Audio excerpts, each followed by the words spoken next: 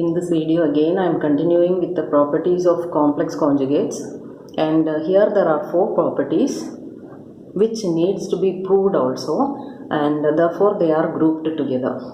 The first one is the 7th one. Since we discussed the 6 properties in the previous video, this is the 7th one. Real z can be written as z plus z bar by 2. So first of all, before we go into the proof, let us just recollect. If z is x plus iy, we call x as the real part of the complex number and y as the imaginary part of the complex number. I hope you remember. So real part of z means x. X can be written as z plus z bar by 2. That is what you are supposed to prove. So let's take z as x plus iy, which implies z bar will be x minus iy. So what is z plus z bar? X plus iy plus x minus iy. Plus iy and minus iy can be cancelled, so it results in 2x. So x can be written as z plus z bar divided by 2. So that is how you get real z, that is x is equal to z plus z bar by 2. Similarly, we have to prove imaginary z, that is y, imaginary part of z is y, is equal to z minus z bar by 2i.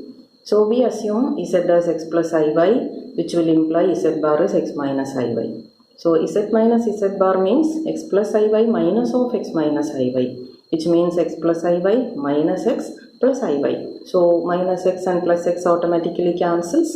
Iy plus iy means 2iy. So z minus z bar will be 2iy, which means y can be written as z bar minus z bar by 2i. So that is how you get this result.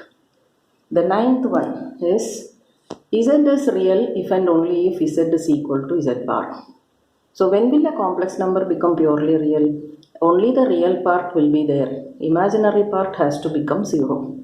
And similarly, when will a complex number become purely imaginary? When the real part of it becomes 0. So they are saying z is equal to z bar. So zx plus iy means z bar is x minus iy. Z equals z bar implies x plus iy is equal to x minus iy. So automatically x on both sides can be cancelled. Iy comes over here, it becomes 2iy. 2iy 0 implies y is equal to 0, because you know 2 cannot be 0, I cannot be 0. So only option here is y is equal to 0. Y 0 implies the complex number will have only the real part, hence it is purely real. Similarly, if z is equal to minus z bar, then we can show that z is purely imaginary, which means only the I part will be there, the other part will become 0.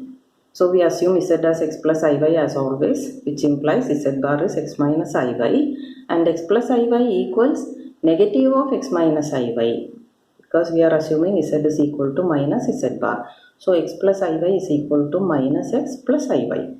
So plus iy cancels. X plus x becomes 2x. 2x equal to 0 implies x is equal to 0, which means there is no real part in the complex number. Therefore, it is purely imaginary.